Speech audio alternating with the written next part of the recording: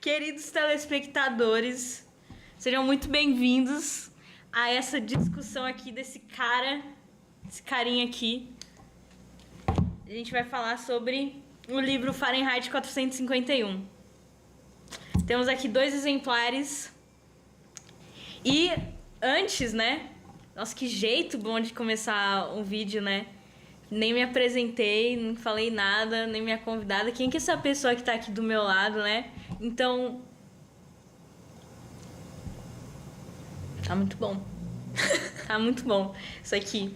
Então, hoje eu tô com uma pessoa muito especial. Vocês já sabem quem eu sou, literalmente é o nome do canal. Mas, enfim, hoje eu trouxe a minha amiga aqui. Por favor, se apresente. Eu sou a Beatriz e é isso aí.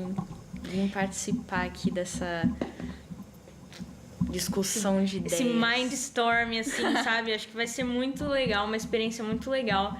Eu chamei a Beatriz porque ela leu o livro Fahrenheit 451 e não poderia ter chamado pessoa melhor para estar aqui discutindo comigo. E eu acho que daqui vai sair muita coisa filosófica, então aguenta. Eu falo demais, né? Vocês já devem ter visto em outros vídeos aí, mas esse vídeo aqui promete 2 adolescentes discutindo sobre o que é a vida. Então, assim, tem coisa melhor que isso, né? Então, não vai ficar um vídeo... Eu espero que não fique um vídeo maçante, chato, porque... São 2 posicionamentos, então o meu e o dela aqui. Eu penso uma coisa do livro e ela tem outra interpretação do livro, né? Então a gente vai discutir sobre isso no decorrer do vídeo. Já quero agradecer aos nossos patrocinadores aí do canal. Valeu, Gabriel, tamo junto, tá? A caneca que eu ganhei aí, que você me deu essa caneca, muito obrigada. The Office, mano, eu amo The Office, meu Deus, minha série favorita de todos os tempos. E agradecer também, eu já vou parar de falar, tá, gente? Já vou dar espaço aqui pra minha convidada. Agradecer também a professora Ana Silvia, porque foi ela que me recomendou esse livro. Você já tinha lido ele antes, em algum ano? Então, eu nunca tinha lido esse livro. Na verdade, esse livro aqui é da minha tia. Ela emprestou pra minha mãe enquanto ela tava internada. E acabou que ela nunca leu, mas também nunca devolveu o livro. E daí eu olhei pra ele, já ouvi falar e comecei a ler. Interessante, né? Porque a gente começou... Você tava lendo na mesma época que eu e a gente nem tinha combinado. Meu, a gente faz... É doido isso, porque a gente faz cada coisa, assim, sem pensar e uma juntas da outra, assim, que é uma, assim, tipo, concomitante, sabe? É engraçado isso. Mas que foi no período das férias. Eu li isso daqui no período das férias também, né? Uhum. E aí, foi um livro que eu decidi comprar pra ler. Aliás, eu comecei lendo em PDF, mas aí comprei o livro porque eu gosto mais de livro físico. Não sei se você é assim. Nossa, livro físico tá em outro patamar. Mesmo que a gente já esteja adaptado à tecnologia, ler um livro físico é outra coisa. Não, com certeza. Eu, assim, é outro, assim, é palpável. Meu, é outra sensação, porque imagina, você segura o livro, às vezes os seus olhos se cansam pela tela, você fica se distraindo com notificação. E quando você tá lá com o seu livro, é só você e o seu livro, entendeu? Tudo bem, quem tem Kindle e tal, mas eu ainda gosto de segurar o negócio, sentir a página, o cheiro. Meu, cheiro de livro é muito bom, né? E ainda que tem essas edições aqui especiais, tipo, da minha tia, que eles mostram muitas outras coisas por trás, né? Olha então que aqui gostoso. são as versões, assim, as capas antigas. Tanto que uma curiosidade aqui é que isso aqui foi dividido em contos, a história inteira desse livro. E ele começou sendo publicado em uma revista de ficção científica. Nossa, e quem diria, né, que no final o cara que escreveu isso daqui ia ser tão incisivo assim na crítica dele, né? Mesmo tentando maquiar lá como uma ficção científica, o cara foi certeiro na crítica dele à sociedade, né? E vocês já vão entender por quê, porque a gente vai comentar sobre o panorama geral do livro, né? O que, assim, onde se passa a história, o tipo de sociedade, enfim, os aspectos gerais da leitura mesmo, sem um posicionamento opinativo. E aí a gente vai partir, sim, para a resenha crítica, de fato, que é onde a gente vai falar, discutir um pouco sobre o nosso pensamento em relação a essa leitura. Esse livro aqui é o Fahrenheit 451 e ele foi escrito em 1953 por um cara chamado Ray Bradbury. Bradbury, não sei como é que pronuncia o nome dele, porque eu também não pesquisei, mas o Ray, vamos chamar ele de Ray aí para ficar mais fácil. E a gente tem que levar em consideração que o Ray escreveu este livro num contexto de Guerra Fria, né? O que diz muito sobre algumas críticas, enfim, que ele faz aqui mesmo, maquiado de ficção científica. Serve para qualquer época da humanidade e vocês vão entender o porquê. Vamos lá, eu vou fazer umas perguntas aqui para você, assim, já para começar. Onde é que se passa, assim, qual que é o universo? Eu queria que você comentasse um pouco sobre o mundo que se passa Fahrenheit. Então, Fahrenheit é um futuro distópico que, na verdade, tem algumas tecnologias que não tinham na época, mas que se assemelham muito às atuais, que é uma das coisas que faz com que a crítica do livro seja tão impactante, apesar de ser o atemporalismo. E nesse futuro, a sociedade ela é completamente alienada. Então, elas ficam tentando preencher um vazio com informações rasas. E qualquer coisa que se mostre diferente dessa massa acomodada deve ser queimada, no caso dos livros. Exatamente. Eu acho que você não podia ter falado melhor, assim, em relação às pessoas preencherem o vazio existencial delas com informações fúteis. Essa é uma coisa que a gente observa na sociedade, né?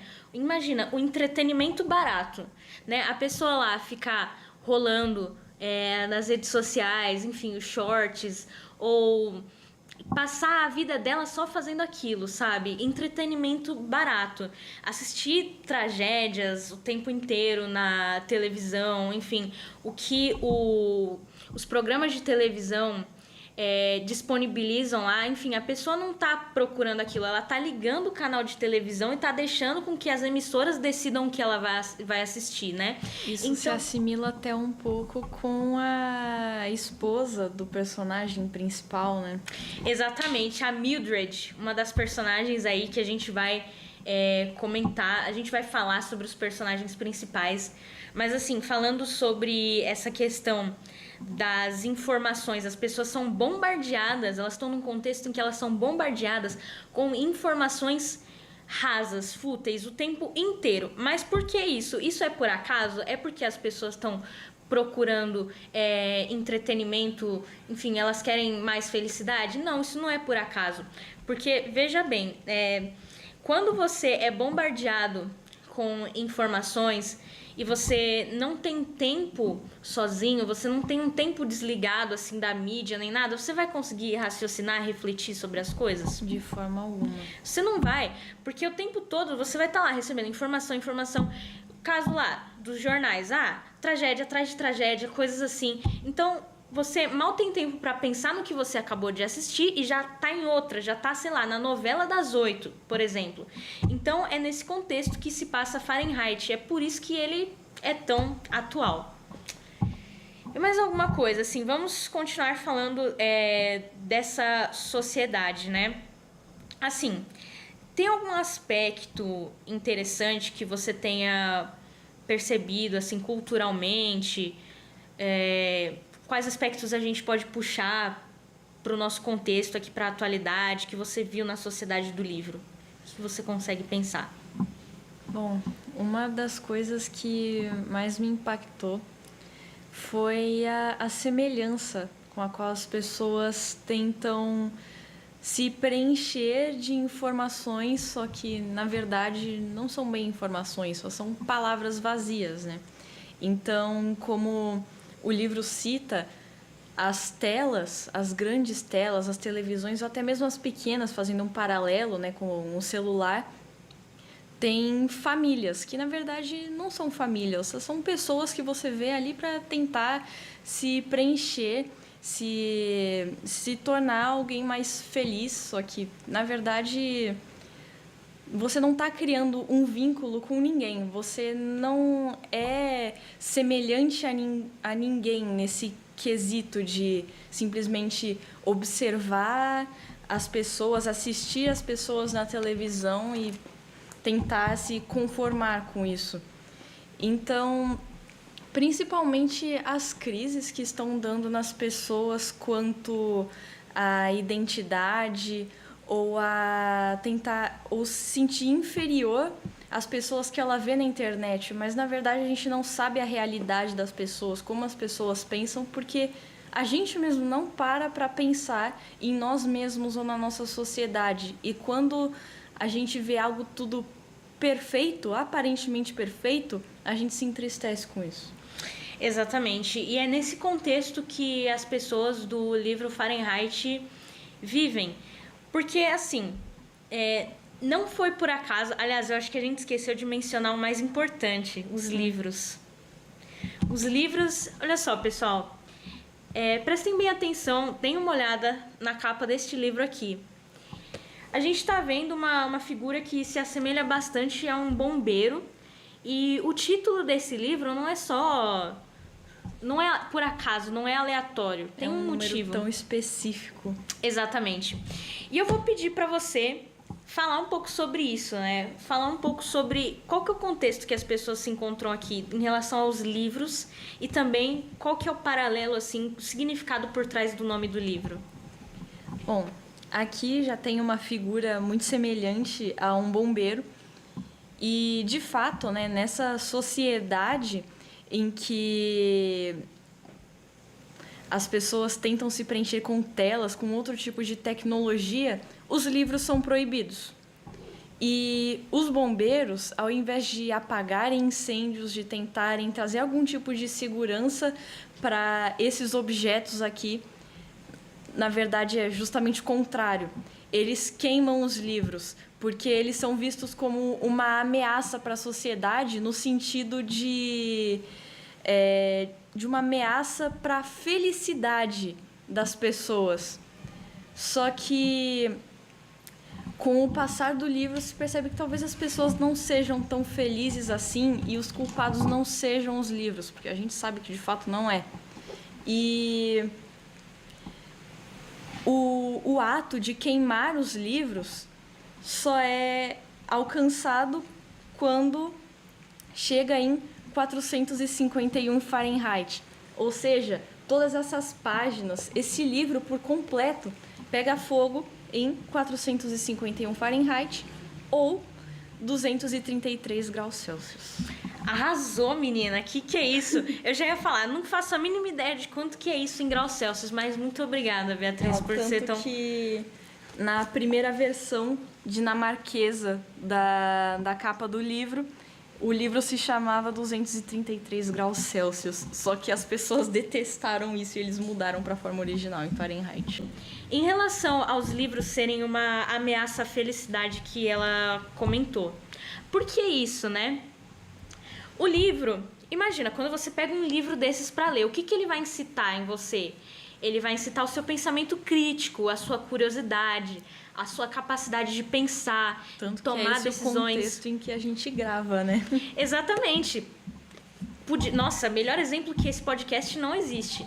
Então, assim, o livro, quando você passa a observar certas coisas com um olhar mais crítico, você passa a analisar os problemas da sociedade com esse olhar, você passa a se entristecer com muitas coisas que você observa.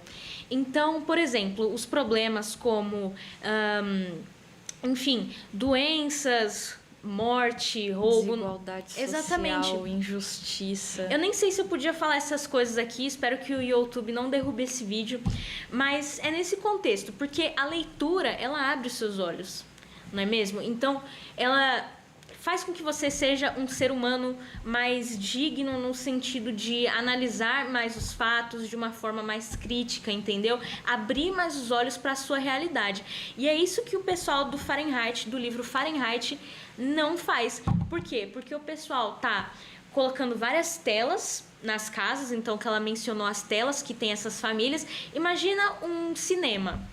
Um cinema com aquele telão gigante, aquelas imagens lindas, vívidas, assim e tal. Só que agora, multiplica isso por 4. Então agora a gente, de uma tela, agora a gente tem 4 telas. Então as 4 paredes dessa sala são compostas por telas. Então aquilo é uma forma da pessoa se isolar mesmo da sociedade e de todos os problemas para fechar os olhos e não ser infeliz.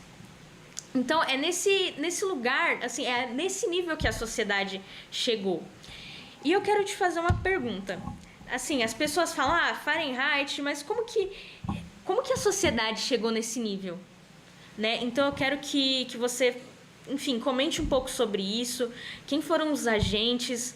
Por que deixaram chegar num nível tão absurdo como esse? Bom, tudo começa com as pessoas encontrarem um estado em que elas não são felizes e pessoas que têm uma capacidade de pensar criam uma ideologia específica prometendo, né, que as pessoas sejam mais felizes, que as pessoas tenham uma vida melhor. E todo esse discurso passa a alegorizar um mundo perfeito, que pode ser facilmente construído, de uma forma em que as pessoas não precisem encarar de fato os problemas, mas sim simplesmente passar um pano em tudo aquilo. E quanto mais as pessoas caem nesse vazio, nesse sofrimento, mais elas vão comprar essa ideia. Então, aquela sociedade passa a aceitar tudo que os bombeiros falam, que às vezes chegam a ser absurdos, mas são argumentos muito bem construídos. Essas pessoas utilizaram do seu conhecimento para deixar com que as pessoas parassem de querer acessar o conhecimento. Vendeu uma ideia. Então, assim, aquela ideia da retórica, né? Dos sofistas. Tal. A verdade, naquele caso, ela se tornou realmente relativa. Então, as pessoas começaram a realmente comprar a ideia, justamente por quê? Porque tinham pessoas que apresentavam argumentos convincentes àquelas pessoas. Mas, assim, além disso, tem também a questão de que não foi por acaso. Não foi uma coisa, implantaram um golpe, agora a gente vai queimar todos os livros. Enfim, não foi desse jeito. Não foi o governo que implantou uma censura e implantou essa questão dos bombeiros queimando os livros e não mais apagando o fogo. Isso tudo foi culpa de quem? Da sociedade. A sociedade observou aquilo e não fez nada. Eles se mantiveram em silêncio.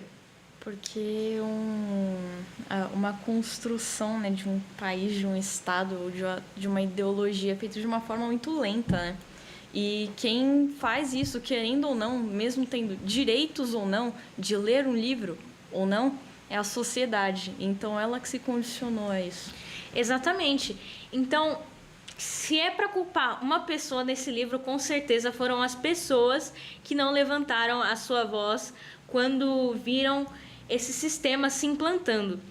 Inclusive, tem pessoas que até tinham vontade de fazer objetivos assim para fazer alguma coisa em relação a essa catástrofe, essa tragédia que aconteceu no livro, mas as pessoas simplesmente foram deixando para mais tarde, deixa para depois. No caso do Faber, né? Exatamente. Que é um senhor já bem velho, que É um ajuda mentor do Montag, basicamente. ajuda o Sensei dele. Montag a fazer as coisas que ele não fez. Ele fala, ai, seu louco. Ele fica chamando o Montag de insano várias vezes pelas suas ações precipitadas, mas às vezes é um pouco disso, um pouco de crítica.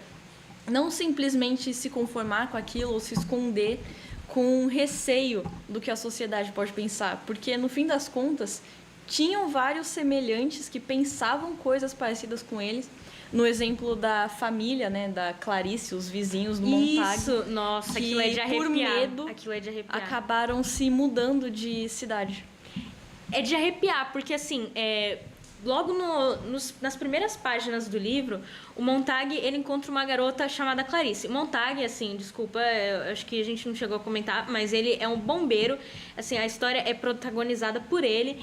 E ele é um bombeiro diferente. Ele não é parte da manada assim, eu vou queimar aqui, pronto, é isso, esse é meu emprego, eu vou fazer, não vou contestar. Ele é um bombeiro diferenciado. E a Clarice é também uma garota diferenciada. Ela é uma adolescente e é uma garota que tem uma família diferenciada naquele contexto.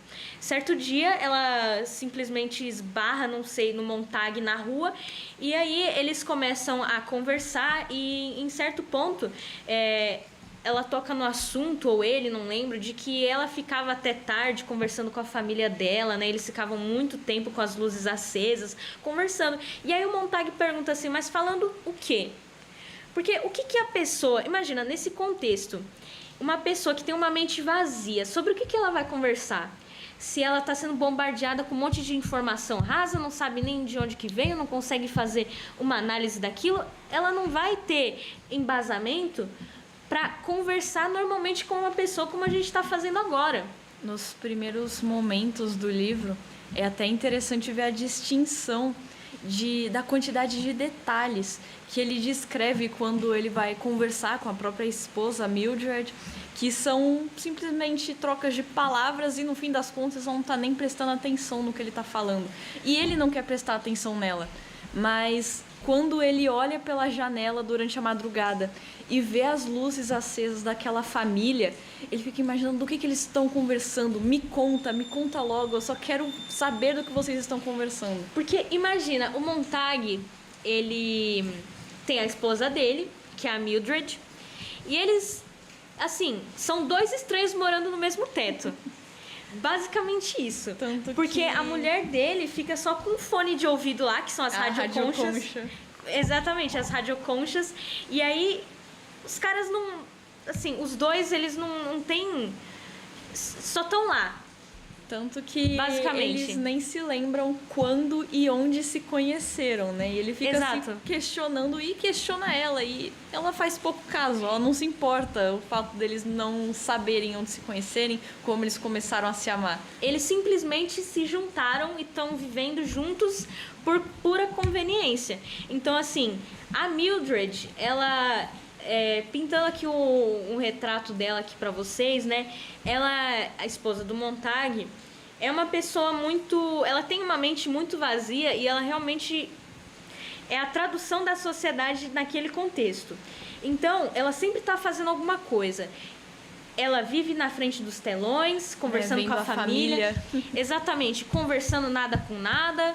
Olha que chuvinha gostosa aí, hein? Conversando nada com aqueles telões lá que de alguma forma dão respostas pra ela. E ainda ela foi lá e falou, não, eu quero mais uma. De 3 telas que já tinham na parede inteira, ela queria mais uma. Pra só fechar o cômodo, assim, as paredes nem são de tijolo, são feitas de... São telas de vidro, assim, nem sei. Mas assim, e quando ela se desliga das telas, quem disse que acabou por aí? Não acaba por aí, porque ela tem os fones de ouvido, as radioconchas. E assim, isso... Eu vou fazer uma crítica aqui. Vou fazer uma crítica mesmo. Quando a gente vai na rua, ou a gente enxerga o tempo inteiro pessoas com fone de ouvido, ninguém mais olha na cara de ninguém. Tudo bem, se você quiser ouvir a sua música, estiver lá no seu canto, mas tem situações que isso tá tão frequente, sabe? Por exemplo, no metrô, você não vê ninguém, até pessoas conhecidas mesmo, às vezes você tá lá com uma pessoa conhecida do seu lado, a pessoa vai lá, simplesmente, coloca o fone de ouvido e você aquilo separa você, sabe? São dois estranhos no mesmo lugar. Então é nesse contexto, assim, né? As pessoas estão se fechando muito no mundinho delas, né? De entretenimento. Porque não é mais interessante conversar com alguém. Não é mais interessante interagir com alguém. Então é nesse contexto mesmo que o livro... Tô falando muito contexto, né? Mas é assim que a história acontece. E o livro ele chega até em uma parte mais extrema, né? Que depois das telas, das radioconchas... chega um momento em que a pessoa tá tão pilhada em tudo aquilo que ela não consegue dormir. Foi no caso da Mildred. Montag chega em casa cansado depois de uma conversa estranha que ele considera como irritante, ironicamente, né? Com a Clarice, e ele encontra Mildred dormindo. Mas ela não estava simplesmente dormindo, porque se ela não conseguia dormir, ela achou outros meios para conseguir dormir. Tá, peraí. Gente, 1000 perdões. Acabou o espaço do meu celular. Acabou.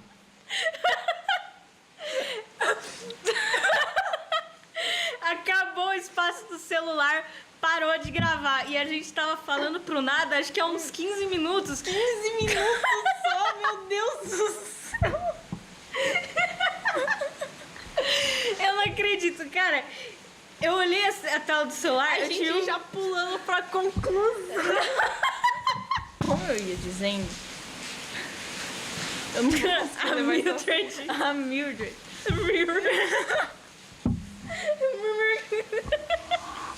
Ô, louco, o microfone.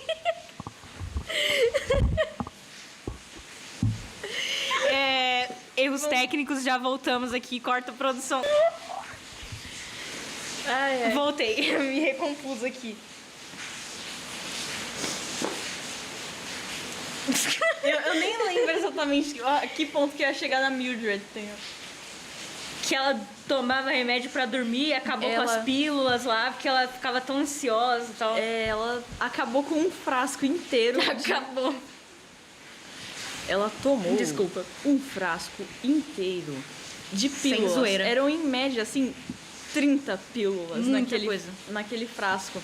E Montag, quando ele se depara com essa cena, ele chama os médicos e, na verdade, não vão médicos, vão assistentes técnicos de uma máquina de lavagem do corpo. E ele define aquilo como se fosse uma cobra se esgueirando dentro do corpo dela para tirar a podridão que estava dentro dela. E pensando agora, talvez não seja só uma podridão assim no corpo, né? Mas também mental, na mente dela. Com certeza.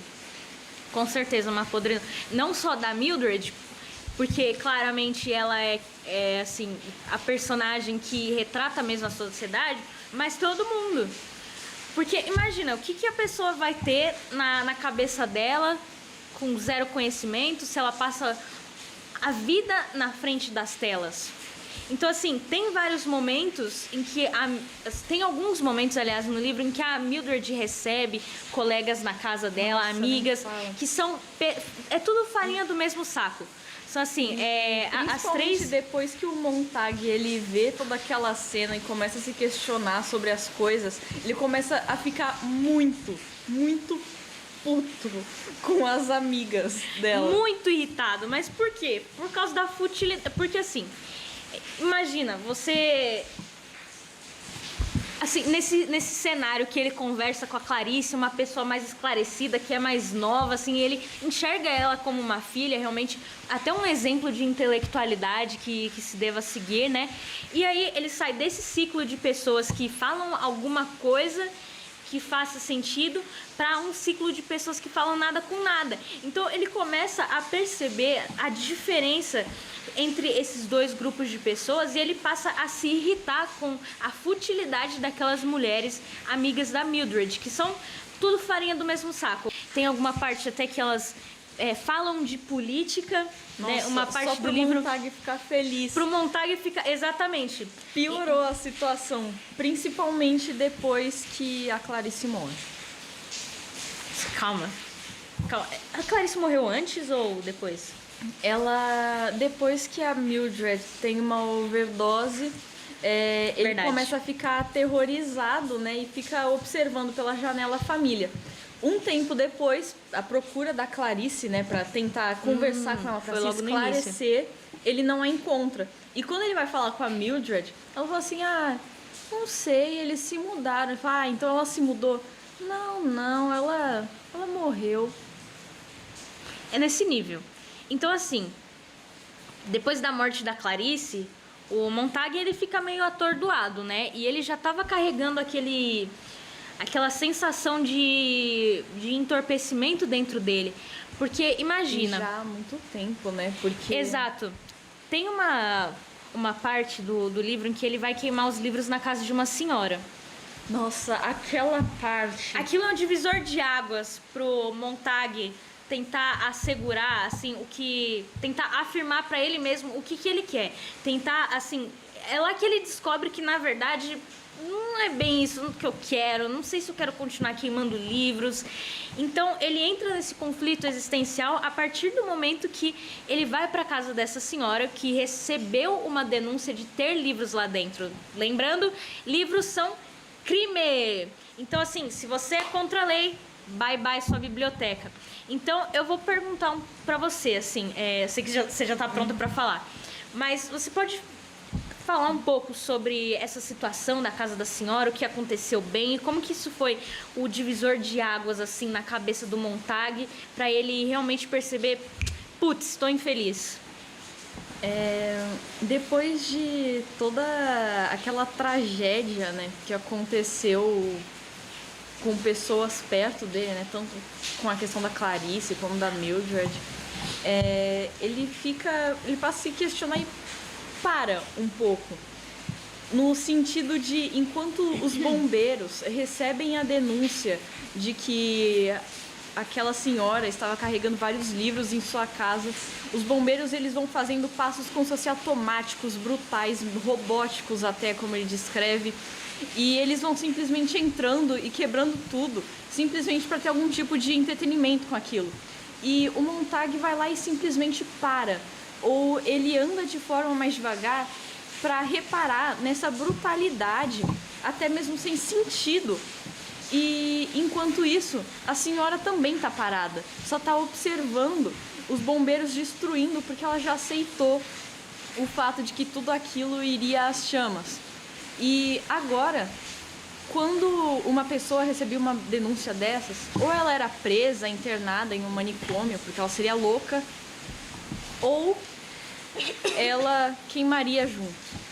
E nesse caso, o que deu um marco pro Montag virar completamente o seu pensamento, mudar e confrontar a autoridade dos bombeiros sobre o conhecimento, é quando ele vê a senhora com a casa toda encharcada de querosene acender um fósforo e jogar em cima da casa. E o detalhe é que ela tava junto com a casa. Ela preferiu queimar junto. E ela mostra, assim, ela só segura acende o fósforo em uma viga, assim, e fica olhando pra eles e joga. E espera tudo queimar, com ela junto. E o Montag, ele fica tão perplexo com aquela cena que ele pensa assim, como que uma pessoa iria escolher ser queimada junto com os livros dela? Deve ter alguma coisa muito sobrenatural nesses escritos. E aí que ele entra em conflito. Então aí eu ele separei chega em casa e faz assim, ó. Aí tipo a gente... isso. Ele só chega, ele tira do casaco, assim, debaixo do sovaco.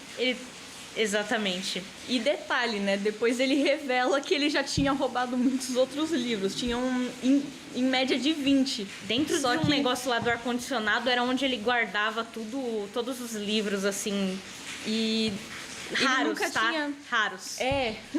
Tipo a Bíblia, Platão, Shakespeare. Livros que já nem, assim, com uma edição no mundo, porque tudo já tinha sido queimado. E ele, mesmo tendo roubado em média de 20 livros, ele nunca tinha ousado ler. E depois de tudo aquilo, ele finalmente lê. E assim, voltando para essa questão da senhora, né? Aqui na página 60 dessa edição do livro aqui, da Biblioteca Azul, você consegue achar... Nossa, eu tô com um pigarro na garganta. Voz de... É pra dar uma de bibliotecária, sabe? Perdão, gente. É que agora eu vou começar meu discurso aqui, né? Que eu só vou ler aqui, na verdade, né? Então, dessa parte do Montag com a senhora que escolhe ser queimada viva com os livros dela, o Montag, ele até tenta trazer a senhora com ele. Então, aqui, ó, Montag colocou a mão no cotovelo da mulher. Então, tipo, vamos, você tem que sair daí, você vai queimar junto dos seus livros, você vai morrer, né? E aí ela, não, mesmo assim, obrigada. E aí o Beate entra e fala na cena e diz o seguinte: vou contar até 10. 1, 2. Por favor, disse Montag. Montag já tentando, né, tirar a mulher daquela situação. Vá você, disse a mulher. Então, de jeito nenhum ela quer sair de perto dos livros dela. Eu quero ficar aqui, respondeu ela, tranquila. Então, os livros dela, no fundo, valem mais do que a vida de mentiras que as pessoas vivem no contexto desse livro. E ela prefere morrer do que continuar vivendo em uma sociedade tão destruída, tão aos pedaços, que era o caso da sociedade de Fahrenheit 451. E o pior de tudo é que as pessoas não reconheciam, ou melhor, muitas delas não queriam reconhecer de que tinham tantos problemas assim. E essa a vantagem do conhecimento, de propor algum tipo de mudança. Você se liberta. Mas também uma desvantagem, porque você sofre. E eu tinha até falado, né, com o nada, porque a gente começou a jogar uma questão mais filosófica. Exatamente. Quando parou a gravação. Mas, basicamente, o livro ele vai um pouco em torno da filosofia de Schopenhauer, que é o vazio existencial, do sofrimento existencial das pessoas que são vazias e tentam se preencher com coisas mundanas, com coisas fúteis. E o conhecimento, ele liberta. Só que você acaba enxergando mais problemas e, consequentemente, você sofre. Esse sofrimento é chamado de sofrimento intelectual. E vai servir de argumento pro... Eu nunca lembro o nome desse mano. Beate. Nossa, ele tem um nome tão... O capitão, assim, do... Gente, o chefe do Montag. E ele descreve em páginas e páginas. É só o diálogo dele. Distorcendo essa filosofia de libertação através do conhecimento, que até tem a ver com os ideais de Platão. Mas ele distorce tudo isso para inverter a situação. Tá, o conhecimento liberta, mas se você vê mais sofrimento, pra que conhecer? Pra que saber das coisas se te faz infeliz? Você pode ser feliz, né? Não sabendo de nada. E o irônico é que ele vai lá e cita um livro pra tentar refutar os Beate. Eu tenho uma coisa muito interessante sobre ele, que assim, enquanto eu tava lendo o livro, ele cita várias frases de livros. E ele é um exemplo da sociedade. Ele não deve ler. O cara, ele é quem deve queimar os livros. Em algum momento da vida dele, em dado momento da vida dele, ele deve ter tido contato com isso. Deve ter sido uma pessoa intelectual. Não sei se você percebeu, isso mas... só pode ter acontecido. Porque para uma pessoa conseguir... Ele tinha livros na cabeça dele. Para ele conseguir construir um argumento tão assertivo, assim, pra ir, assim, direto no pensamento do Montag, ele tinha que ter um conhecimento muito além que só os livros podem proporcionar. Então, eu acho que, assim, já pulando pro final, assim, o finalzinho do livro, que é quando tem um baita de um conflito, que é quando denunciam a casa do Montag, e é ela que vai pegar fogo dessa vez, o Beate... ele provoca o Montag de várias formas, enfim, Porque o Montag fez uma coisa que não devia, ele tinha livros guardados, então eles ficam nessa discussão antes da casa do Montag ser queimada. E eu fico pensando, o Montag mesmo cita isso, ele diz isso em uma certa parte do livro, que o Beat estava tentando provocar ele de todas as formas. Parecia que ele queria morrer.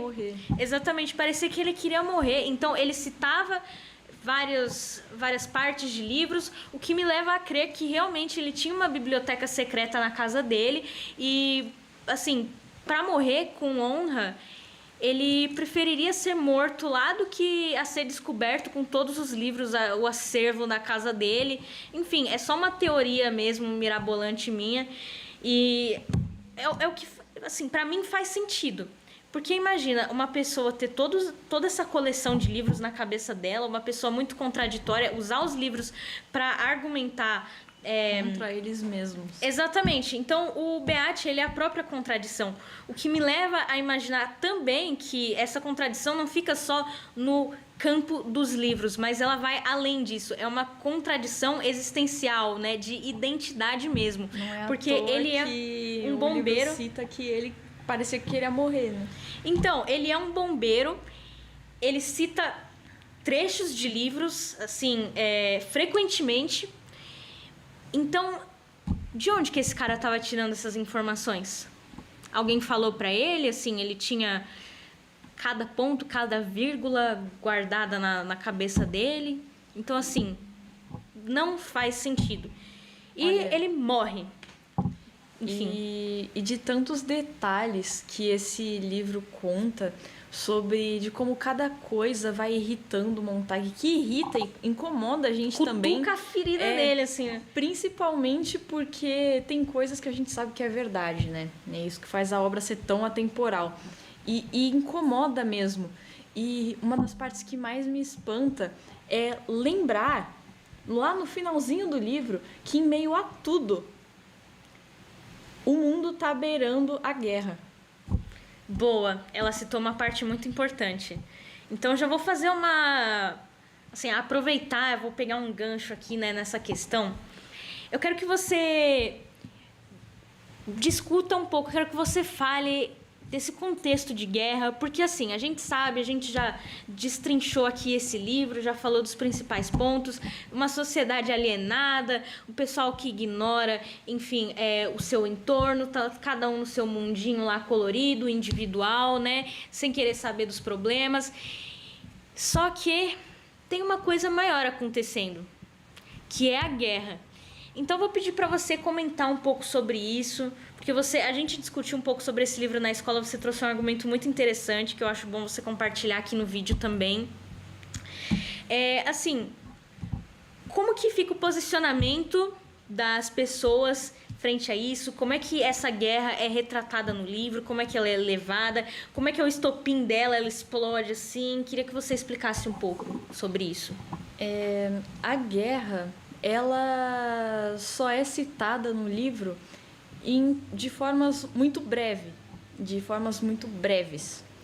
que ao mesmo tempo que está acontecendo todo esse conflito interno entre o Montag, o mundo está praticamente e posteriormente, literalmente, explodindo.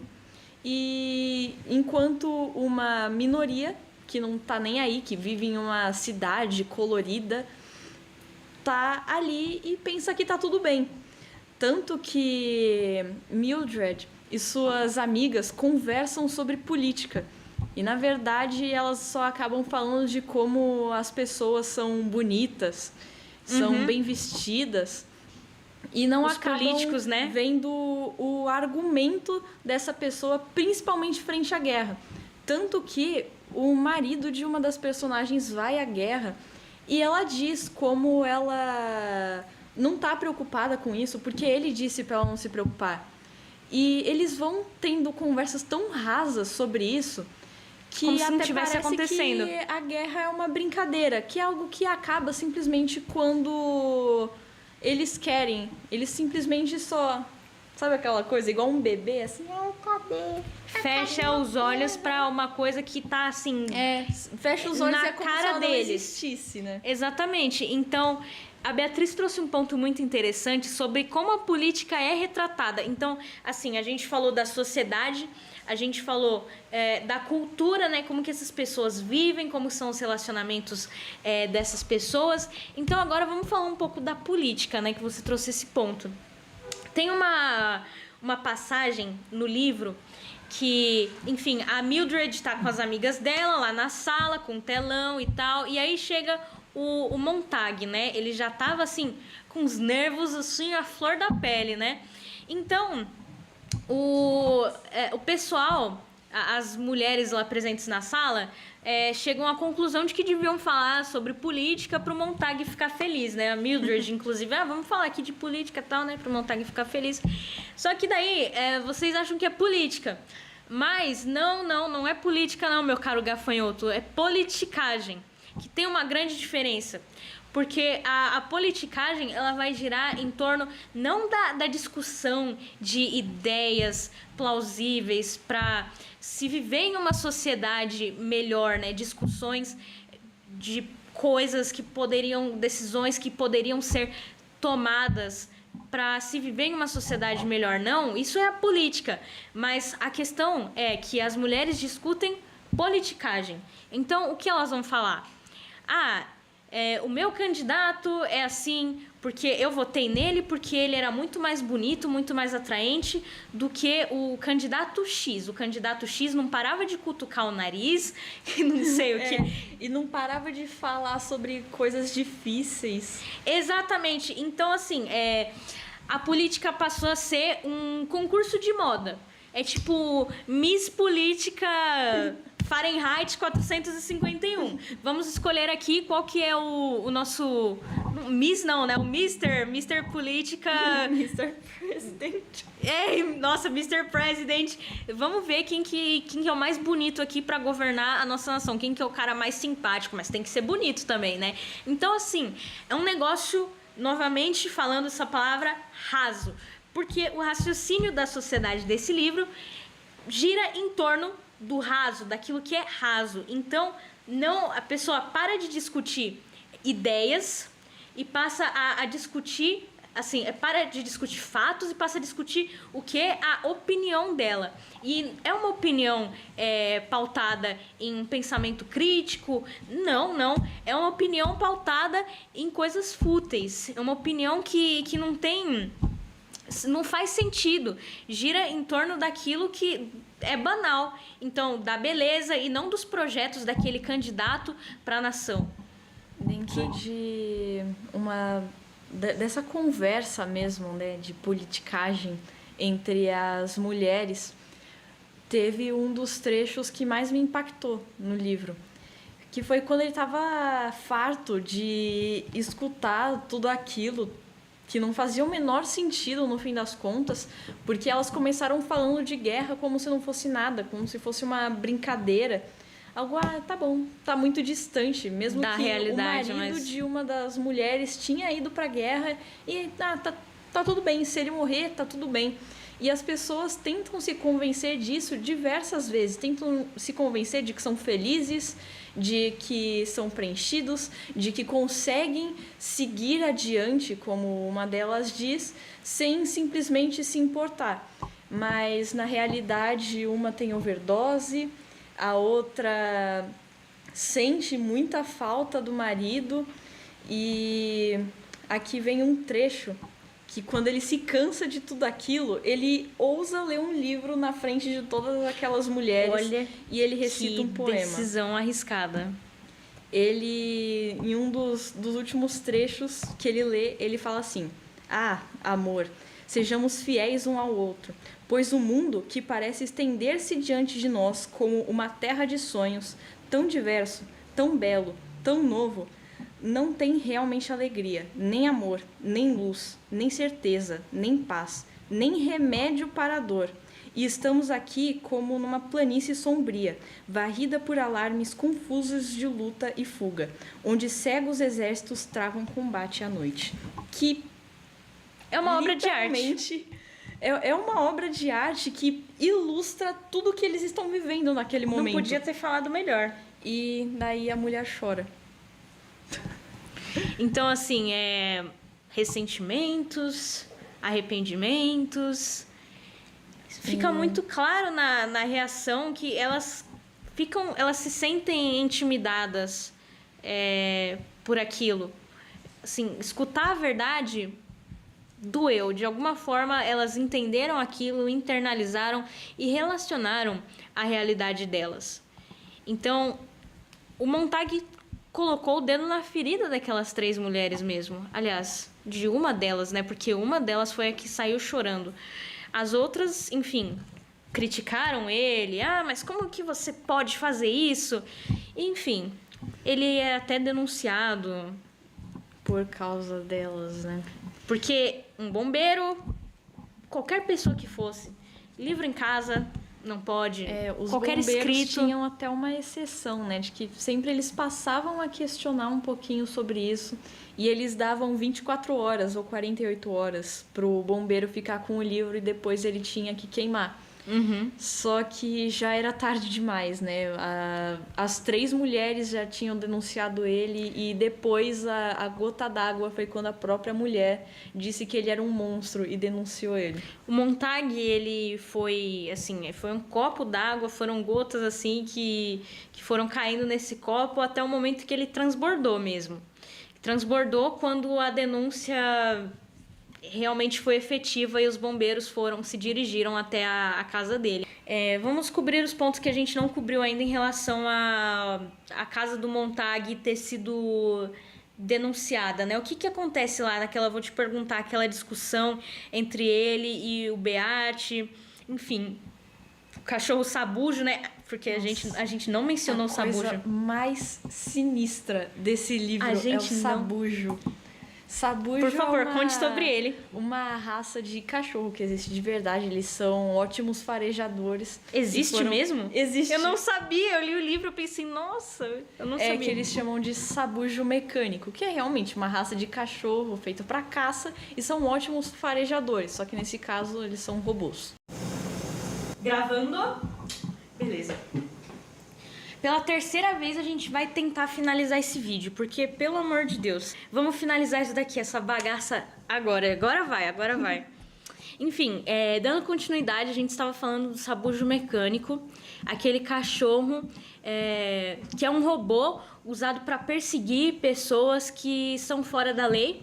Então ele persegue e mata. Então não importa onde você estiver, se você tiver com algum livro, você for denunciado, o cachorro vai te seguir até o fim do mundo. Não importa onde, ele vai te encontrar e você vai morrer se você for um fora da lei. E nesse contexto aí acontece provavelmente um dos momentos mais aterrorizantes, assim, mais agoniantes mesmo do livro, que é quando o sabujo está assim, a centímetros, milímetros do Montag, muito próximo de acabar com a vida dele. Eu gostaria que você falasse um pouco, então, desse momento aí. Ele descreve com vários detalhes essa parte de mecânico, de ser um ser criado que age, mas paradoxalmente, como o livro mesmo cita, ele vive e não vive, ele é e não é, ele sente e não sente, ele simplesmente faz, ele age, ele mata. E quando o Montag é denunciado e ele vai ser obrigado a incendiar a própria casa, ele tenta fazer algo contra isso.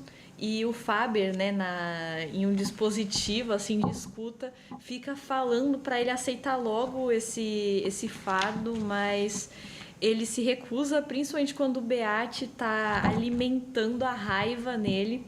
E quando quando o sabujo vai se aproximando dele e ele chega a mordê-lo, ele taca fogo nele, assim como ele tacou fogo no Beate. Então, a partir daí, começa uma perseguição muito louca. Você fica pensando, ele vai ser pego ou não vai? E aquilo fica realmente parecendo um programa de televisão. Exatamente. Porque tudo é documentado, né, na televisão. Imagina, sabe aqueles... E parece muito com aqueles jornais sensacionalistas. Tipo, estilo... Não vou falar aqui, né? Mas vocês já sabem no que eu tô pensando, no que você tá pensando. Então, assim... documentam absolutamente toda a fuga do cara. Ele dribla lá o pessoal, ele dá um jeito de não ser pego. Então é realmente cena de filme. Então eu gostaria que você contasse assim um pouco dessa agonia do Montag enquanto ele estava tentando fugir, enfim, os pontos mais importantes, o que aconteceu. Enquanto ele tá fugindo, né, da polícia, na verdade não é nem se fugir da polícia, é fugir do sabujo, né? Tanto que ele Sabujo vai lá, tava... pega... É verdade, tem outros sabujos também. Ele matou um. Matou um. Parabéns, agora tem mais vindo atrás de você. Pois é nesse nível. Ele pega as roupas velhas do Faber, veste, ele bebe álcool, assim, uma bebida alcoólica super forte pra tentar despistar o próprio cheiro. E enquanto isso, ele tá com a perna machucada por conta do sabujo e ele andando e se rastejando enquanto todos aqueles jornais sensacionalistas transmitindo aquilo naquelas grandes telas. E ele de novo ressalta aquela questão de que mesmo quando tá tudo isso acontecendo, tem gente que vai lá, pega o carro, dirige em altas velocidades e olha só, é aquele bombeiro que a gente tá vendo nas telas, né? É verdade, vamos atropelar ele só porque é divertido. Do nada E passa foi assim isso. um bando de adolescentes E e ele tipo... tenta se esconder disso e todo aquele terror assim de tentar passar por cima do Montag. E depois, em um momento, quando ele acaba despistando todo mundo, quando ele foge daquela cena agoniante, assim, que eu li me arrastando, porque realmente algo muito bem escrito, muito bem detalhado. Se você como perde isso um assusta. detalhe, já era, assim, o sentido inteiro, porque tem que prestar muita atenção. E depois ele finalmente entra num rio. E uma das partes também que causam um grande impacto é que quando a polícia percebe que eles estão perdendo a audiência porque não estão achando o Montag no tempo de atenção da audiência, eles começam a tentar inventar alguma coisa para tentar prender a audiência ou para tentar simplesmente encerrar logo aquele assunto. Que depois o Montag só vai se dar conta disso, que vão achar um outro Montag, por assim dizer, para morrer no lugar dele. Um inocente.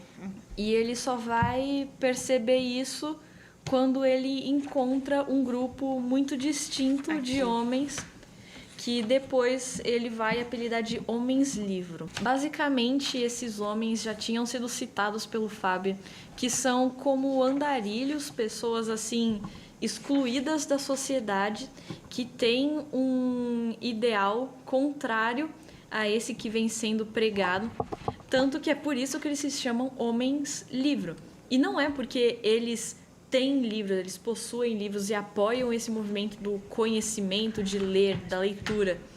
É muito perigoso eles manterem livros em sua posse. Então eles leem, discutem sobre isso, absorvem esse conhecimento, decoram algumas frases dos livros e andam por aí pegando mais pessoas que tenham um ideal semelhante ao deles para eles serem bibliotecas humanas, para com a memória, com o conhecimento que eles vão adquirindo à mesma medida em que eles vão andando, eles conseguirem restabelecer lentamente uma sociedade que um dia lia livros. E a partir do momento em que o Montag encontra esses homens, eles estão assistindo em uma tela pequenininha a perseguição do Montag. E eles não se espantam com isso. Eles não têm medo do Montag, até porque o Montag se tornou um semelhante a eles, né? E eles vão falar, só assiste, relaxa, você não tá mais sendo perseguido. Vão achar um outro Montag para morrer por você. Aqui, eu achei a página. Nossa, Esse é o certeiro, momento. hein? Exatamente, foi certeiro, assim. Então, nesse momento aqui, é que quando eles acham um inocente pra morrer no lugar do Montag, né? Porque afinal, imagina eles. Todo aquele sensacionalismo em cima da busca de um cara procurado, um criminoso desses, né, de altíssima periculosidade, acabar em uma decepção tão grande de no final não terem nem conseguido pegar o cara que fez todo essa algazarra aí, enfim, cometeu um crime de estado, né, essas coisas. Montag soltou um grito no silêncio e se virou para o lado. Foi quando o sósia do Montag, né, morreu. Então, o que é curioso é que, assim, em alguma parte aqui do livro, eles comentam que, nem ao menos focaram no rosto dessa vítima, enfim, a câmera tava toda borrada, era tudo mesmo para contribuir a não descobrirem que, na verdade, tudo aquilo era uma farsa, era um teatro e uma vida inocente, o que é o cúmulo ainda, morreu só pela graça do entretenimento. É ou não é atual esse livro, gente? Pelo amor de Deus, quantas mídias ficam documentando casos que literalmente já é de conhecimento de todo o país e quem sabe até lá fora a pessoa já sabe tudo. Fake news. Exatamente. A pessoa já sabe tudo do caso, não tem nada a adicionar e ficam fazendo o quê? Sensacionalismo em cima dessas coisas. Então aqui, dessas situações, né? A busca terminou. Montag está morto. Foi reparado um crime contra a sociedade.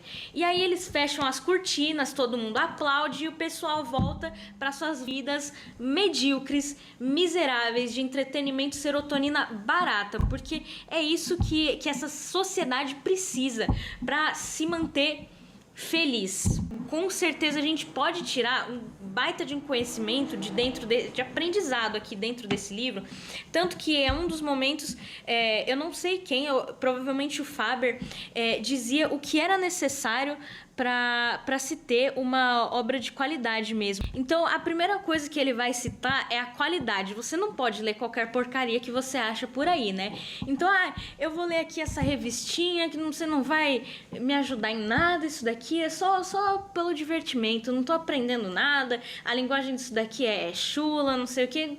Então, assim, não é esse tipo de livro, entende? Não é esse o princípio do conhecimento que as pessoas devem procurar quando elas se voltam aos livros. Então, a segunda questão é o lazer.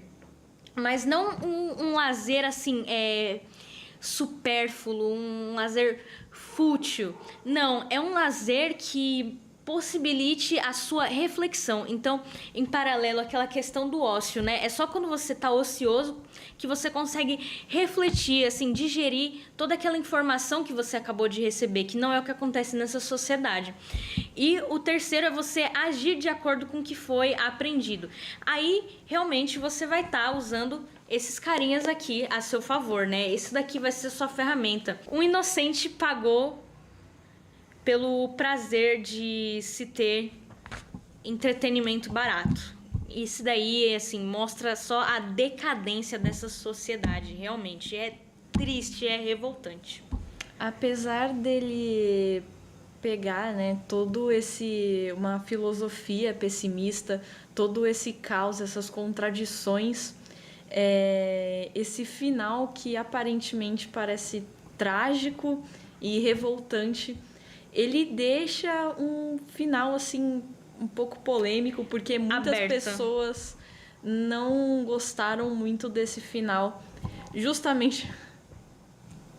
Eu aqui. Ele confesso, né, na minha opinião, é bem... Abre um pouco pra gente aí. Mas o final ele deixa de uma forma esperançosa, porque ao mesmo tempo que estava tendo toda aquela caçada e as pessoas assistindo isso como se fosse um reality show, a guerra tinha sido declarada, jogaram bombas na cidade e depois um dos andarilhos diz para o Montag que a sociedade é como uma fênix. ela atinge ao seu auge e depois ela vira cinzas. E ao passar de um tempo, ela se reconstrói. Essa reconstrução que ele quer dizer não é literalmente a cidade virou cinzas porque foi bombardeada e ela vai se reconstruir. Pode ser isso também, mas principalmente que esse reerguer da sociedade é como se fossem as pessoas saindo da caverna, igual a alegoria da caverna de Platão, né? Elas restabelecerem o conhecimento como uma base válida para formular, né, a moral e os conceitos de uma sociedade. E isso é feito de uma forma lenta. Por isso essa alegoria com a Fênix e como Faber dizia mesmo, né, que um grupo de pessoas vão se restabelecendo, né? Elas estavam caladas, mas sempre tem algum que vai tacar o terror e lentamente as coisas vão se restabelecendo.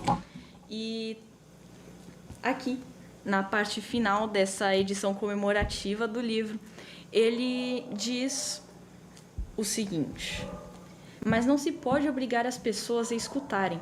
Elas precisam se aproximar, cada uma no seu momento, perguntando-se o que aconteceu e por que o mundo explodiu sob seus pés. Isso não irá demorar muito. Ou seja, da mesma forma que a sociedade construiu esse ambiente de alienamento, de comodismo, elas podem destruir e também, com o tempo, reconstruí-lo novamente. Nossa, que baita reflexão. Eu acho que isso daqui merece um like, né? Mas enfim, só pra fechar. Você não consegue ajudar uma pessoa se ela não quer ser ajudada. Essa lavagem cerebral, uma palavra muito importante, a lavagem cerebral feita, assim, das pessoas por dentro desse livro, assim, é incrível. Então, o que a gente tira de aprendizado? Bom, elas estavam ok, vivendo daquela maneira. E o que as outras pessoas mais lúcidas poderiam fazer era simplesmente se afastar daquele campo minado que era aquela sociedade e irem viver no meio do mato, que era onde eles estavam. Tanto que são os únicos que se salvam, né? A guerra começa, a guerra termina no mesmo instante. E é isso. As pessoas que lá ficaram não abriram os seus olhos, pagaram muito, pagaram caro pelo preço da sua ignorância. Então, assim, agora, Beatriz, nossa, eu agradeço muito Agradeço muito pela sua participação aqui nesse bate-papo. E eu vou finalizar, assim, mais discutindo sobre a nossa opinião, panorama geral, assim. Agora é pessoal, se você quiser sair do vídeo, já deu seu like, deixa um comentário aí também, porque quem sabe a gente pode continuar essa discussão aqui. Mas agora a gente vai falar mais do pessoal mesmo, o que a gente achou desse livro, né? Agora sou eu, Ana, falando, e você, Beatriz. O que você achou deste livro? Eu, sinceramente, adorei o livro. Ele usa, assim, palavras que eu li... Eu senti tudo e, ao mesmo tempo, eu li tão rápido. Eu literalmente devorei o livro, porque eu gosto de ler coisas... Eu gosto de ler coisas que, de certa forma, me incomodam, no sentido de causar algum tipo de reflexão constantemente à medida em que eu vou lendo. Confesso que o final me decepcionou. Você gosta de se sentir humana, né? Você gosta de se sentir humana, crítica, racionalista. E eu também gosto, né, de fazer esses paralelos com a filosofia, por isso que eu fui atrás, assim, de saber, porque estava muito condizente com a filosofia de Schopenhauer. Mas, né, aquela coisa, né, o final, eu concordo, foi uma coisa bem mediana. Pessoalmente, assim, ele deixou muito a desejar no final. Ele podia fechar com algo talvez até mais filosófico, se fosse encerrar de forma aberta ou de uma forma tão esperançosa desse jeito. Normalmente os livros que eu leio não são muito assim, mas pelo menos podia fechar mais todas as fechadinho, ideias, pelo né? amor de Deus. Pegar, assim, alguma parte filosófica ou deixar com que um dos personagens, né, dos homens livros, pudessem fazer alguma citação final, né, pra gente... Sabe, eu acabei de formular uma teoria porque esse final é aberto. Porque assim, se essa história é tão condizente com a nossa realidade, que pode ser aplicada a qualquer momento, enfim, Idade Média, pandemia, quando teve nossa, várias fake news sendo espalhadas, qualquer momento da história, enfim, quando aqueles monstros queimaram os livros, né? Você sabe de que eu tô falando? Então, assim, até aqui é história. Isso daqui é história. Mas eu acredito que ele tenha deixado o final aberto porque o resto é a gente que vai escrever. Faz sentido. Assim, cara, que mind story. Epifania. Nossa, epifania. Isso daqui foi uma epifania. Eu fui até tentar escrever, mas aí quebrou a lapiseira aqui, não mano. acompanhou o pensamento. Então, olha esse cotoco aqui que sobrou. Então, assim, o resto só cabe a nós. O resto diz respeito a nós. Nós somos as pessoas que vamos escrever a nossa história, seja ela boa ou ruim. Isso só o tempo vai dizer. E aí talvez Fahrenheit 451 tenha um final, uma continuação. E por Fahrenheit 451 eu quero dizer a nossa sociedade, o mundo em que nós vivemos. Então Filosófico. Nossa, demais, né? Nossa. Pelo amor de Deus, agora eu cuspi as palavras aqui. Mas, gente, eu vou falar o que eu achei desse livro. O meu nível de leitura é o quê? O Morro dos Ventos Uivantes, Orgulho e Preconceito. Então, eu li esse livro aqui, meu Deus, ficou muito arrastado mesmo pra mim a leitura. Mas eu aprecio um bom livro. Isso não impede que eu pense, caramba, que obra de arte, né? E tiveram partes, assim, que pra mim ficaram muito marcadas, assim. Como, por exemplo, na página 69 do livro em PDF. A gente vai fechar aqui com essa reflexão aqui também. As coisas que você está procurando, Montag, estão no mundo. Mas a única possibilidade que o sujeito comum terá de ver 99% delas está num livro. Não peça garantias e não espere ser salvo por uma coisa, uma pessoa, máquina ou biblioteca. Trate de agarrar, e aí vem a parte mais bonita, olha isso. Trate de agarrar a sua própria tábua e, se você se afogar, pelo menos morra sabendo que estava no rumo da costa. Absolute livro. Que obra de arte! Porque imagina, o que é pior? Você morrer tendo tentado ou você nem ao menos tentar fazer um esforço para ir pelo caminho certo, né? Então é isso que fica escrito e fica que ele descreve nesse trecho mesmo, que é muito bonito. Beatriz, obrigada pela sua companhia aqui hoje, né? Sua participação. Eu que agradeço pelo convite. Nossa, foi muito importante ter você aqui justamente pra gente fazer essa discussão. Pessoal, leiam um livro, tá? Vamos, de repente, continuar a discussão disso daqui nos comentários, tá bom? Muito importante.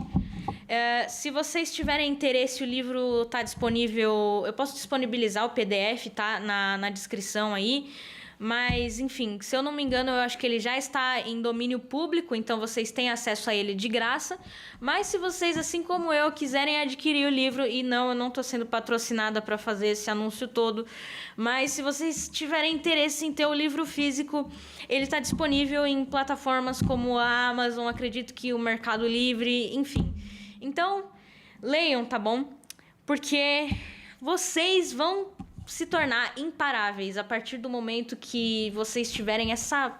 Eu não sei se eu posso falar isso, mas essa ferramenta, fica implícito aí o que eu quis dizer, né? Essa ferramenta aqui na mão de vocês, tá bom? Vocês podem chegar em qualquer lugar com isso daqui. Mas não é sobre ler qualquer porcaria, é livro de qualidade, tá bom? Então, é isso. Obrigada aí. Considerações finais. Que lindo, gente. Que lindo. Muito obrigada, pessoal. Deixem o seu like aí. Eu não sei se eu comentei, mas o microfone tá vermelho.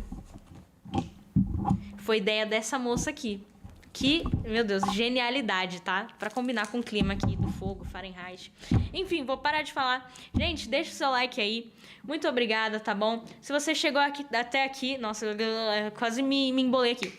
Comenta salamandra aí, bro. Isso, comenta salamandra aí, gente. E é isso. Muito obrigada e vejo vocês na próxima. Até mais.